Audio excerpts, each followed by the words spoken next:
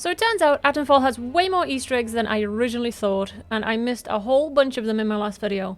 So a huge thank you to everybody who dropped suggestions and shared their thoughts in the comments and over on Reddit. You really helped to point out a load of them that I overlooked.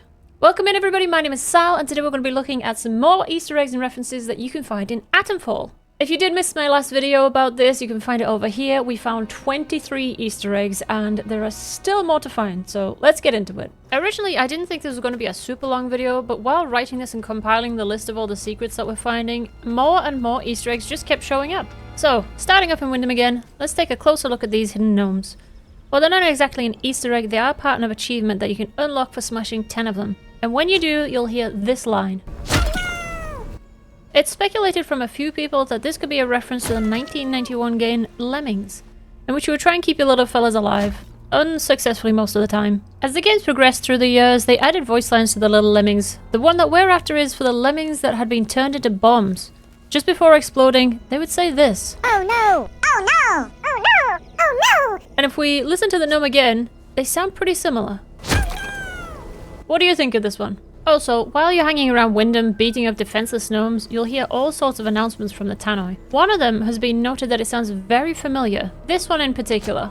Citizens of Wyndham, volunteers are required for work details on scaffold. Work out to help out. That last little slogan of the announcement was noted that it sounds awfully familiar to the 2020 COVID slogan that was around in England. When things were rough for everybody, businesses were struggling, and they started the Eat Out to Help Out scheme. It was backed by the British government, and it was supposed to help businesses stay afloat. Did you know in the UK there were 45,350 pubs operating in 2023? So finding some odd names among them is pretty common. I don't know if there's a real Grendel's Head among that lot, but I do wonder if they named this one with the old Beowulf story in mind. And in more recent years, the Beowulf comic that was first published in 1984. This might be another coincidence, in which case, while we're here, we may as well just play some pool. Kind of. The last thing to note in the pub is I think one of the devs might be a football fan. Specifically, an Aston Villa fan. Because that logo on the beer and the date underneath is looking very familiar. In the last video, we were in Casterfell Woods looking at this Easter egg, which I originally thought was just a one-off reference to the sword in the stone. But a few other things were pointed out in the comments. Firstly, somebody noted that the shape of the blade looks a lot like Narsil, the legendary sword from Lord of the Rings, the one that cut off Sauron's hand during the final battle of the war and was subsequently shattered in the process. It became known as the sword that was broken. So now I'm wondering, could this be a triple Easter egg? Sword in the Stone, Lord of the Rings, and maybe even a nod to the Broken Sword games? What do you think? Is that too much? I had a few people tell me that there was a 28 days later Easter egg in Casterfell Woods, so I had to go check for myself. Supposedly, the infected that are in the tunnel can't exit the tunnel. I'm not too sure how this relates to 28 days later, but I had to go test this theory myself.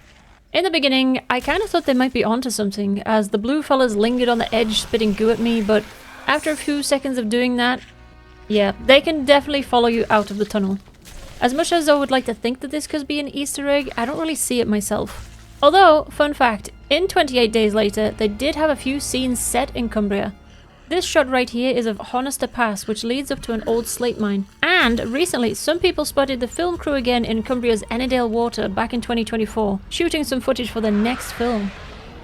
Keeping on track with the game's strong comic book references, if you go to the bunker L9 at these coordinates near the dam in Casterfell Woods, head on inside, deal with the locals, and make your way towards the back of the bunker to the toilet cubicles.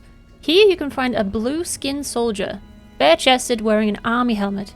If you search this unfortunate fella, you can find 2 grenades and a knife on him. I personally just thought that he had succumbed to the infection, but people pointed out that this is potentially a Rogue Trooper reference, which is a comic book series that first made an appearance in 1981 and was actually purchased by Rebellion in 1999, and then Rogue Trooper was also made into a game back in 2006.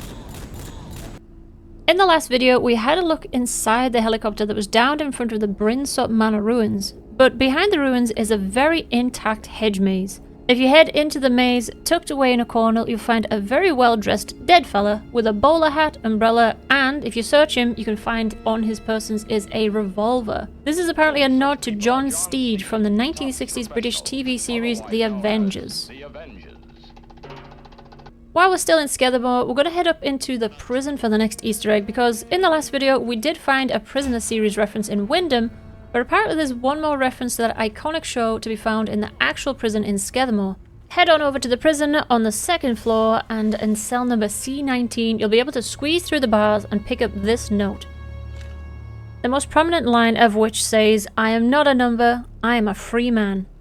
I am not a number, I am a free man! This is a direct quote from the Prisoner series as well. If you head back to the very beginning of the game after acquiring the signal redirector tool, you can now open the door to the back of the room. This will lead you through to a gated room, and inside, one of the first things you'll see on the floor is a large crate that's not found anywhere else. On the front of it reads, "Department of Antiquities." This is a reference to another one of Rebellion Games' Strange Brigade.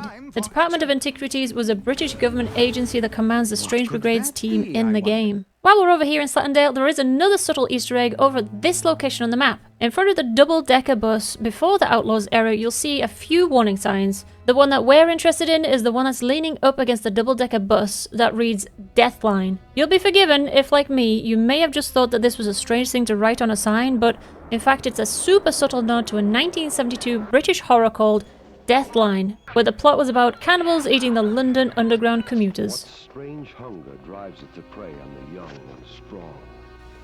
Another easily missed Easter egg is almost in the same location nearby this.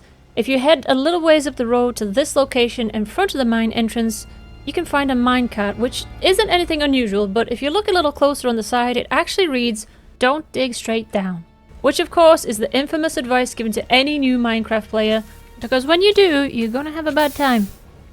Okay, now we're heading over to the interchange for a few more secrets. When you're in the data store Charlie, head across from here and you can find an office with a locked door. Around the side there's a little crawl space, and inside you can find a poster of this fella. It might not look like much, but this is a throwback to another one of Rebellion Games, Sniper Elite 4. If you take a closer look at the poster art and compare it to the front of the art cover of the game, the pose of the fella is strikingly similar. But on closer inspection, looking at the face of the poster, I think that the lead designer of ATOMFALL, Ben Fisher, might have put himself in the game. It's pretty uncanny when you see them side by side. This could be a 2-in-1 type of Easter egg.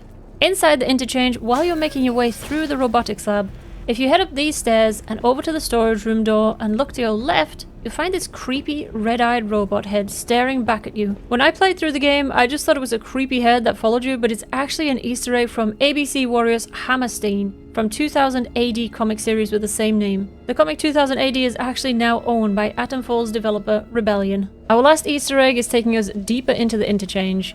This is an endgame area, so if you don't want any spoilers, look away now. As it's time to say goodbye to those few, the rest of us by now should be no strangers to the Oberon mining facility. So roll on down to the building in the Oberon site and head inside. Once you're in, check out the workshift board on the wall. It's packed with names, but if you look closely at the bottom, you'll spot a familiar one. Astley. Yep, that's right. It's none other than the man behind the meme, the legend himself, Rick Astley. It is a subtle nod, but clearly the devs aren't here to desert us. They just want to tell us how they're feeling and how much they love a good Rickroll. Sadly, that is the last Easter egg in this video, and now it's time to make you cry and say goodbye. But only until the next one. Thank you so much for watching this. If you did make it all the way to the end, congratulations. You get a cookie in your browsing history. If you do want to see more videos like this from me, then please consider subscribing, and also hit the like button down below, and as well, if you have time, leave a comment. What was your favorite Easter egg? Did you find any more than me? Did you find any of these ones that I've shown today? Let me know in the comments. I would love to hear about it. Again, thank you so much for watching. I'll see you in the next one. Bye! Again, thank you so much for watching. What?